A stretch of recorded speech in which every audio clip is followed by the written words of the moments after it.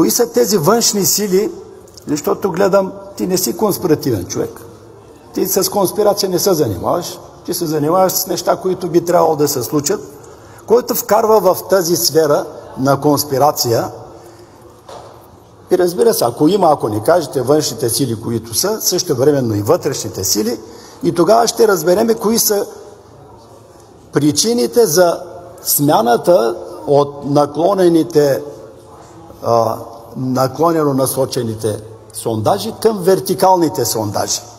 Няма да съм толкова нагъл като тебе да даваш съвети на народните представители. Тук, нали, какви експерти са, какви не са. Ние знаем, че ти имаш експертиза, би трябвало и да имаш толкова време, но бъди така културен и не дай да съветваш народните представители как и откъде да си вземат съответните въпроси, които да ви зададат, защото не е прилично.